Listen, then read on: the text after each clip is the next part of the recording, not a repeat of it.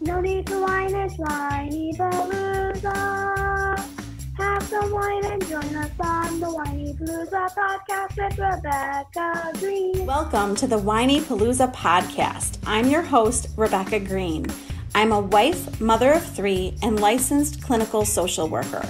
I also have 3 fur babies at home too. My passion has always been to help children and their families. I always dreamed of being a wife and a mother. Parents are always learning through their struggles, failures, and successes and joys. I am no stranger to this wild ride of parenting, and I know behind every great parent lies a team of supportive friends and family. I want to be part of your support system. I want you to know that you are not alone. We are in this parenting world together. Join me every week for insightful discussions with experts on parenting and marriage, as well as other parents who have found the secret to successes in parenthood. You'll learn tips and tricks to make life with your family better than ever. I hope you will follow along with me while we dive into what it takes to achieve a happy family. Hello, everyone. This is Rebecca Greene for the Whinypaluza podcast, and I have a lovely guest today that I'm so excited to talk to. Emmalou Penrod is a wife, mother, grandmother, retired school teacher, author, and owner of the business Healing Your Families. She earned a Bachelor of Science in elementary education with an endorsement in special education from Weber State University. She also earned a Master of Arts in Educational Counseling from the University of Phoenix. Emmalou ended her 24-year career as a teacher at a residential treatment facility for youth at risk. Most of her career was spent as a special education teacher. She completed training through the National Guild of Hypnotists in November of 2018 and was certified through them as a consulting hypnotist. She completed the training offered through HpnoBirthing International and the certification process to become a Gold Seal Hypnobirthing Childbirth Educator. She has also completed training in the Simpson Protocol, a client-centered approach to hypnotherapy. Thank you so much for being here with me today, Emmalou. It's a pleasure to be here, Rebecca. I love what you're doing with families, supporting families. That is so important. Thank you so much. I've been learning about you and having so much fun learning about you. What you do is so fascinating to me, and I'm so excited to learn more. Awesome. So let's jump in. I always make too many questions, but I want to start back when you wanted to become a special education teacher. Can you tell us what inspired you to start there? Well, I longed to be a teacher. I remember even when I was a child, I would line my dolls up in a row and give them a lesson. And I always knew I wanted to be a teacher. But as I went through my education, getting my teaching certificate, I learned about the special ed program, and I was really drawn to that idea of connecting one-on-one, reaching out to the one, and especially those with special needs, with challenges. And, I think every child has special needs and is unique and needs to be treated as an individual. But totally agree. That appealed to me. Well, I think it takes a special person to go that route. I think it takes so much patience and compassion and understanding. And I would love to know, what was your greatest lesson from being a special education teacher? The greatest lesson I learned was from my students. I saw the greatest acts of compassion and caring demonstrated in that setting where someone who struggled themselves had felt the compassion to reach out to another. And it was heartwarming. And I also learned that every person I meet has something to teach me. Yes, I think that's one of my greatest lessons through my journey, is that I learn something new every single day. Yeah. right? Isn't it amazing? Isn't it fun? It is fun. We'll never stop learning and growing, which I find exciting. So I have had the pleasure of talking to many parents. And I think that, especially this past year, parents struggle to advocate for their kids. And I know you and I had discussed this in our first conversation about how advocating for your children in the school system can be difficult. I'm looking to see if you can give us some pointers to the parents who are struggling to advocate for their children. Oh, I would love to do that. Thank you. That is an excellent question. I'm so glad. So the first thing I have observed is a lot of times parents go into the school and they feel intimidated. Here, they're meeting face to face with this professional with, several letters behind their names, and it's intimidating. And maybe the parent is, reminded of, maybe they just have a high school diploma, whatever. But go into that realizing that you are the expert on your child. You may be talking to someone who has studied curriculum and programs and instruction for years, but you are the expert on your child. You also need to keep in mind that this professional, however competent they may be, is only going to be in your child's life for maybe a few years, if they work with them while they're at that school. But you are committed to your child for a lifetime. So true. So do not hesitate to express if you disagree. If they're outlining, okay, this is the program we feel would be best for your child, and that's just not going to work with your child, don't be hesitant to point that out, to express your concerns. Now, you can be more effective in the way you approach it. It's like the sandwich approach. Everyone likes to be appreciated. So you can start out with what you appreciate about what they're doing, express your concern, and then, and put in another positive. Yes. But, keep it positive and keep it. The other important thing to remember is, and I'm referring, usually it's like an IEP meeting or anytime you're at a parent-teacher conference, it's tempting for adults to get trapped in this ego thing, who's better. If you can keep the focus on your child, because, most teachers went into the profession because they care about children. So if you can keep the focus on what is in the best interest of your child, being mindful that your child is one in a class. Another thing, if you offer to volunteer, even if it's just, if you're working during the school day, but you could do something for the teacher at home after school or the teacher will love that.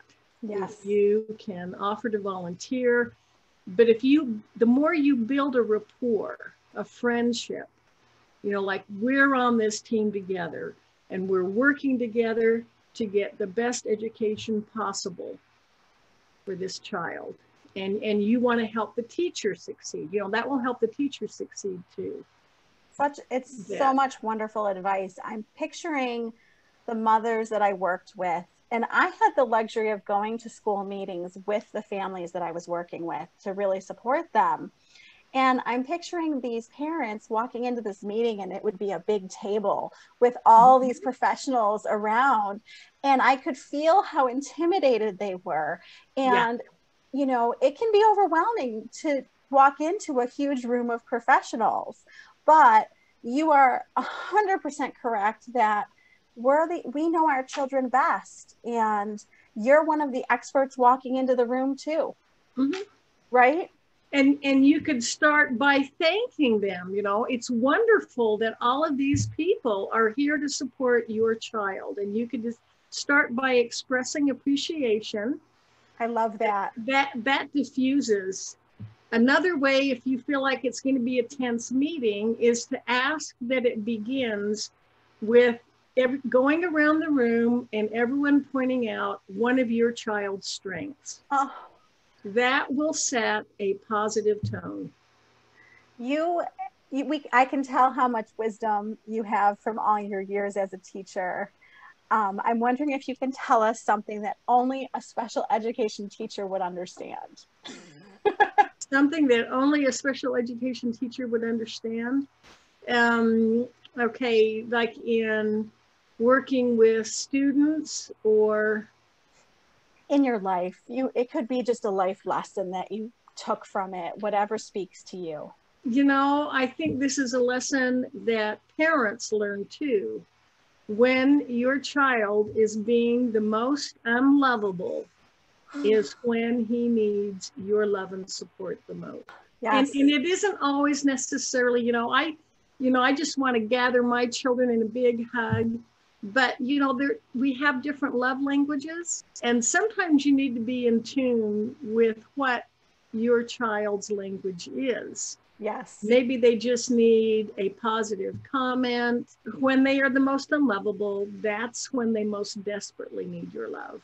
That line has helped me the most with my 8-year-old, who's probably my most challenging of my 3 kids. And I remember that line all the time. And I remember that she needs me to stay steady and calm and not follow her down her path of meltdown, and that her meltdown is telling me that she's having such a hard time. So yeah. I can't even tell you how much I love that line. Awesome. And I excuse me, I love that you brought up meltdown because most people don't understand the difference between a temper tantrum and a meltdown. Like you said, a meltdown is a communication. It's a plea for help, support. Yes. Whereas, and it doesn't stop if you left the room. But, a temper tantrum can be a play for control. Mm-hmm. And if you left the room, they would stop. That's a they wouldn't be getting the attention. Very good explanation. And we all need to know that there's a difference. It's an excellent point. So I want to take you to your journey now to move into hypnotherapy. How did you then move into that journey? If someone had told me 5 years ago that I would be a consulting hypnotist, I would have told them, no, you're totally wrong. Because I grew up in that era when the hypnotist was the villain in the movies. They were dark and sinister and evil and controlling people's minds. And I was never interested in it. I remember at college, they had a hypnotist come and put on a show, and a lot of my friends went, and aren't you going to go? No, I don't need to see that stuff. That's just silly. But I became acquainted with a really great human being. This was a woman who had been a registered nurse, and now she was raising her grandchild because their parents, the grandchild was severely handicapped. The parents weren't able to care for him. Oh. And she, just out of love, just a woman of integrity with the biggest, most compassionate heart. And she told me she had been a hypnotherapist for many years. She had had many wonderful success stories. And now she was teaching a class on hypnosis. Mm. And I thought, okay, I have to admit, I really don't know that much about it. It's just a bias I developed at an early age. And so I decided, why not learn about it? So I took the class, and before the class was over, I was convinced this isn't evil. This isn't silly. This is a powerful tool. As a teacher, I had long been impressed with the power of the human mind. We really can do anything we set our minds to. And now here was a tool that could be used to help manage your mind, manage your emotions. So I became a consulting hypnotist. That's awesome. And I'm so excited to learn about this because this whole field is so fascinating to me. I think that there's so many people who are going to be listening who don't really know a lot about hypnotherapy. Can you tell us what kind of things it can help us with? Oh, I'd be glad to. You know, there are a lot of myths and misunderstandings about hypnosis. Well, first of all, you need to understand that you're always in control. You're not giving up control. You're learning how to control your own mind. That's the only mind control that is involved. And second of all, you need to understand that you actually, hypnosis is just an altered state of awareness. And you actually go in and out of this trance-like state probably several times a day. Do you ever daydream? Yes. Do you ever become so absorbed in a task that anyone trying to get your attention has to shake your shoulder to get your attention? Yeah. Or have you ever driven that routine commute, become so absorbed in something you're thinking, pondering on, the next thing you know, you're there? Yes. And if someone said, did you run any red lights? You honestly wouldn't know. Yeah, and it scares me, but I have done that on autopilot. But know that if a car had suddenly pulled in front of you, if there had been a sudden red light, you would have come back like that. It's just that the driving was, just kind of designated so you could ponder on this deeper thought, delegated. You would be back immediately. If you're absorbed in your task, but your child, there was a fire or your child got hurt, you would come out of it. Very true. So it is, and it's just using, during this altered state, the barrier between your conscious mind and your subconscious is, and first of all, you need to understand that there is more to your mind than you may be aware of. I remember when I was in school, we were always being told you're only using about 5 to 10% of your mind. Now, what I think that means is your conscious mind is the information you take in with your senses. It's what you know. And your subconscious is like this big database. And this is where all the information is stored. Everything that has ever happened to you is stored there. And it's like a computer program. It's the information that forms the program that affects how you feel about yourself, how you feel about the world around you. And, you may not remember the specific incident that happened when you were very young, but you remember how it made you feel. Yes. And sometimes those programs are not benefiting us. Like maybe we had an embarrassing incident when we were in front of the classroom in elementary school, and now as an adult, we're terrified of public speaking. And yet we could advance in our career if we could develop that skill. Very good example. So hypnosis helps us resolve those conflicts, helps us rewrite those faulty programs that are holding us back. And I've watched your post about your daughter, and I love the fact you are very mindful and aware that as parents, we're programming that subconscious. Yeah. So you're very mindful of what you say to your daughter, how you talk to her, the messages you send to her. That's powerful. Yes. I mean, she's notorious for making messes. And I was so upset with myself because I walked into the kitchen the other day and I was like, what did you do? Like, why do you make these messes all the time? What is wrong with you? And I was like, oh, did you really just say that to your daughter? Now, the good news is you can correct that just as easily as you sent that impression. You can replace it with the positive, with the good. And you just layer on that positive. Yes. And I am learning to really apologize because, as parents, we're humans, we make mistakes. And I'll rate, you know, every time I raise my voice, I'm like, okay, deep breaths, come down, apologize, teach them that that's not appropriate behavior. Exactly, exactly.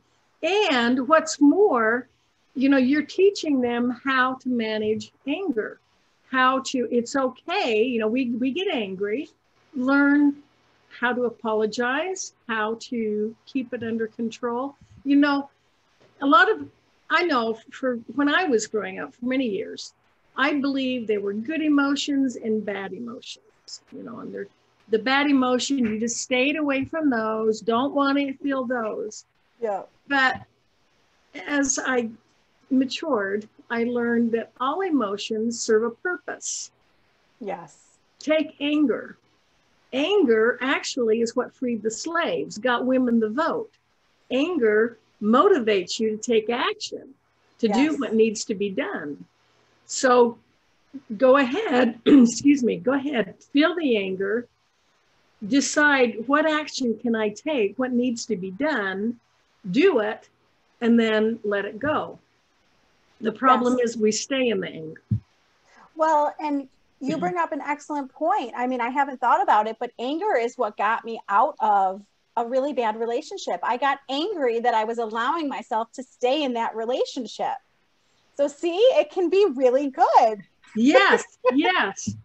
And sadness helps you understand yourself better. And again, helps you start thinking, is there something I need to change? Yes. So, you know, be aware that your emotions really are there to benefit you. Use them to reach your goals, to get where you want to go. I love that. The problem is getting stuck in them and not moving forward. Yes, yes. Now, if you are comfortable, can you tell us, do you mind sharing with us an example of a client who you helped through hypnotherapy and, you know, it was so rewarding to you? Yes. I had a client who, because of childhood trauma, became extremely agitated as the holiday Christmas. As the holiday seasons approached, she would become anxious, weeping, just she couldn't enjoy it. It was just miserable. You know, she hated Christmas. And her family didn't enjoy it either. And she was encouraged, okay, we're coming up, it's fall, it's coming. Can we please do something? And so she made an appointment with me. We went through some sessions. There is a third part of your mind, the superconscious, and that's the part that is aware of everything that's in your conscious mind and in your subconscious mind. It knows what's best for you. It can negotiate between the two. And that's the part we mostly use in hypnosis. So we did some negotiating. We release. Sometimes as you go back as an adult to that incident in your childhood, you have more wisdom, more perspective. And she was able to let it go and have a wonderful Christmas season. And she was so happy, and her family was happy. It was great. It was really great. And so it sounds like it works so well. Can you do it? Are you doing it over Zoom like this, or does it have to be in person? No, hypnosis is done with the voice, not the hands. Awesome. So yes, I have been doing sessions by Zoom and in person. Awesome. I'm going to have to talk to you. I want to sign up. I want to do this. It's been effective for a number of things. I've also had help clients with smoking cessation. They've been trying to kick the habit for decades, tried patches, tried everything. That's awesome. But when we went back and released this past baggage, this old baggage that we carry around, she quit. Well, and I think that the women that I talk to suffer the most from anxiety and depression. Mm-hmm. And I would imagine that it could help them with that. A lot of it is, I think it's a tendency of women to, we're fixers. So we immediately spot what's wrong. And then we look at ourselves and we see everything that's wrong. We don't take any time to acknowledge everything we've done right, all of our accomplishments, all of the people we've helped. Yeah. We just focus on those 3 or 4 things that we don't like. And you know, self-talk, it's that chatter going on in your head. It's what you say to yourself. Yes. Just sometimes pay attention to what you're saying to yourself and then ask, would I talk to anybody else like that? And usually the answer is no, you would never say things like that to anybody else. Yeah. Yeah. We're our own worst critics. Exactly. Yes. Exactly. I tell my friend all the time, I'm like, would you ever talk to me the way that you talk to yourself? Mm-hmm. I'm like, you lift me up. You tell me great things. I'm like, do it for yourself. Yes, that's exactly what we need to do. We need to take time to remind ourselves of what we're doing well, how we're helping people. Agree. Well, and you are such a smart lady, and you seem to have such wonderful coping skills. Can you share with us some of your favorite ways to cope? Well, with stress. I like to begin my day by, and again, it's not just remembering my worth. Not that I'm not any better than anyone else. And this is true of each of us. We're unique. I really believe that we're here for a reason, and there are things that only we can do. Just as I learned that I can learn something from every person I meet, I learned that from my students. Yes. I think we all have value. We all have something to contribute. So I like to begin by reminding myself of that. I love that. And then it also helps me to realize that it all begins with my thoughts. You know, your thoughts lead to your emotions lead to your behavior, and your behavior leads to your results. There isn't only one way of thinking about something. True. If I see an acquaintance, I pass them on the street, and I say hi, and they don't respond, there's more than one thing to think. Yes. That maybe they didn't hear me. Maybe they were focusing on something else. And, you know, that car suddenly pulls in front of you. They're not necessarily a stupid driver. Maybe they're in an emergency situation. Yeah. And so you can choose your thoughts. And why not give people the benefit of the doubt? Why not believe that everyone you encounter is doing the best they can in their circumstances now? Yes, yes, yes, and yes. I love it all. I'm taking it all in. What else do you want to share that I didn't ask you?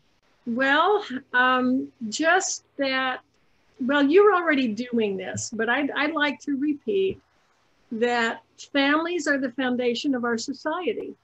And if we can strengthen and support families and have healthy, thriving families, we'll have a healthy, thriving society. I get concerned when I see some moves in society to replace the family. Like when I was taught school, there was concern that the school system wanted to replace the parents. And no. We need the solution for our best society is to strengthen families. And we can do that so easily. If you see a young mother in the grocery store and her kids are screaming or crying, say something kind to her. Don't give her that angry scowl, like, why don't you take your children home? Yes. You know, say something positive. Do something kind. Yes. And we don't realize that the little tiny acts of kindness can mean so much to someone. Oh, yeah.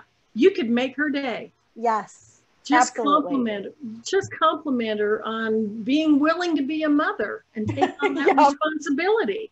It's huge. Tell her how beautiful her children are. Yes. A lot of times I'll tell them how much I understand. Yes. Because I've been there. Been there, done that. I know. And I'll say, I'm so glad they're at school.